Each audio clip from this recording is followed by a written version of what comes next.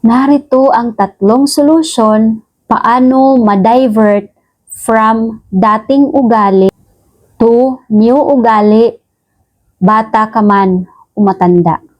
Una, edukasyon. Hindi laging nangangahulugan ng mamahaling paaralan.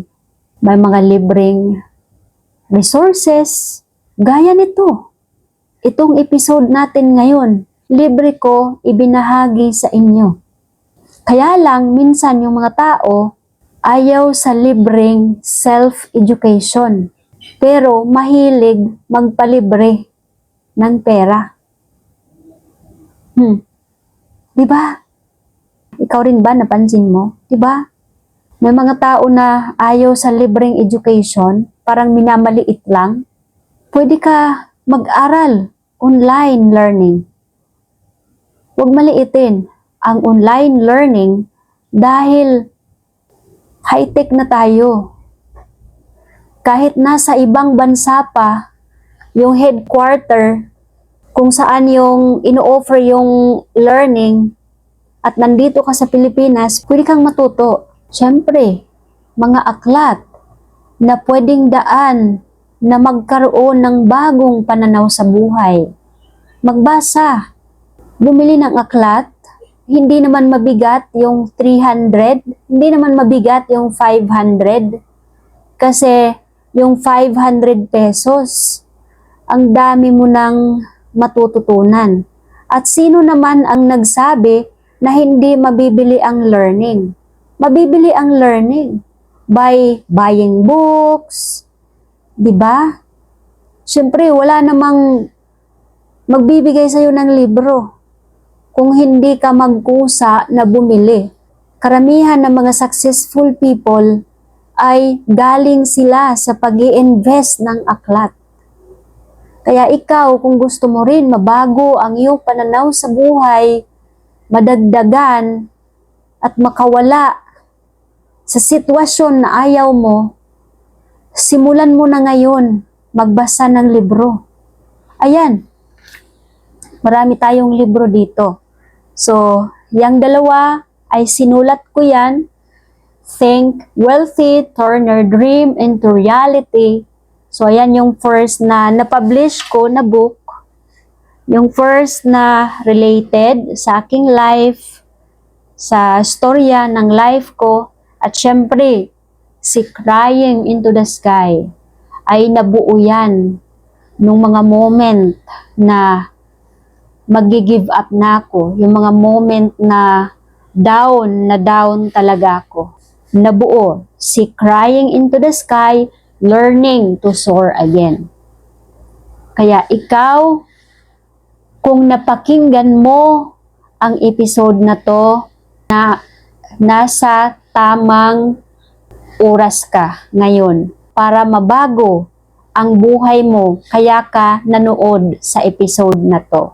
At masayang-masaya ako para sa iyo. Kaya sana huwag kang tumigil na i-improve yung sarili mo. Alam ko nandito ka para makawala ka sa sitwasyon mo ngayon na ayaw mo. Deserve mo mabago ang iyong buhay. Simulan mo na sa mga free learning, free education. Hindi mo na kailangan magpunta sa school. Self-education. Kung gusto mo lang ng isang skills, aralin mo. Digital na tayo ngayon, high-tech na. Kaya huwag kang panghinaan ng loob na humakbang. So yun, ang mga kabataan ay kailangan ma-expose sa kaalaman na lampas sa kanilang nakagisnang mundo. Kaya sa mga kabataan dyan o kayo may mga anak, yun, dapat wag magstay sa isang comfort zone. Halimbawa, yung comfort zone mo ngayon, matulog, maglaro, online games. So, anong matutunan mo sa online games? Mamaya, matatapos, barkada. Ang tanong, yung barkada mo ba ay makakatulong sa growth mo? Mga bata, kabataan, at magulang, be a learner.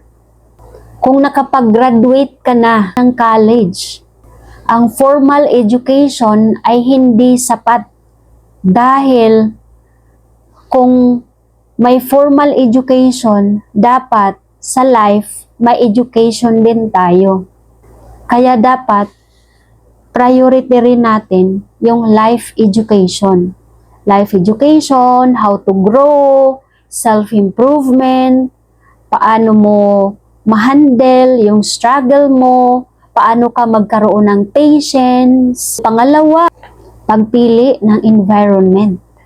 Kahit mahirap, pwedeng humanap ng bagong kaibigan, bagong mentor, o mga taong magbibigay ng inspirasyon. Minsan, isang mabuting halimbawa lang ang kailangan upang makita na ang isang kabataan na may iba pang daan para makamit ang gusto mangyari sa buhay, ang new version of you. Pangatlo, pag-shift ng mindset. Kailangang matutunan ng kabataan at ng pamilya na ang kahirapan ay sitwasyon lamang, hindi kapalaran. So yun, hindi pala kapalaran ang pagiging mahirap. Sitwasyon lang pala yun. Kapag natutunan nilang makita ang kakulangan bilang puwang na pwedeng punuan at ang hirap bilang aral, doon magsisimula ang panibago o pagbabago. Kasi habang hindi nare-realize ng isang tao, ng isang bata, ang kahirapan, ay walang rason para magpursige. Yung mga tao na nakadecide na ngayon na humakbang, piliin yung kanilang pangarap, sila yung mga tao na na-realize na nila na walang ibang tao ang magtatrabaho para sa pangarap at paglago ng buhay, kundi sarili lamang. Ang kahirapan ay hindi wakas ng kwento, kundi simula ng isang matibay na paglalakbay. Isang tao lang sa pamilya ang kailangang pumili na putulin ang lumang siklo. Sa kanyang tapang at disiplina, pwedeng magsimula ang panibagong kwento ng pag-ahon ng buong pamilya. Sa bawat pamilya, kayo nanonood ngayon, tingnan mo ang pamilya mo kung anong nangyayari. Kung nakita mo na may problema, may kulang, at sino ang tao na yon? Ikaw. Ikaw na nakikinig ang kailangan ng pamilya mo na magkaroon ng panibagong buhay. Ikaw na nandito ka, nanonood, nakikinig. Dahil yun ang gusto mo na makahaon. Kaya kahit mahirap, wag na wag kang tumigil. Dahil ang hirap na journey ay paris yan ng success. Kung sa kalsada pa, yung sa kabilang side ng kalsada ay success, at yung sa kabila ng kalsada ay struggles. Kaya ang struggles at success ay paris yan sila. Kahit gaano kahirap ang pinagdadaanan mo ngayon, dahil you choose to work on your dreams, yourself, kahit gaano ka-lonely yung journey mo ngayon, wag na wag kang panghinaan ng loob.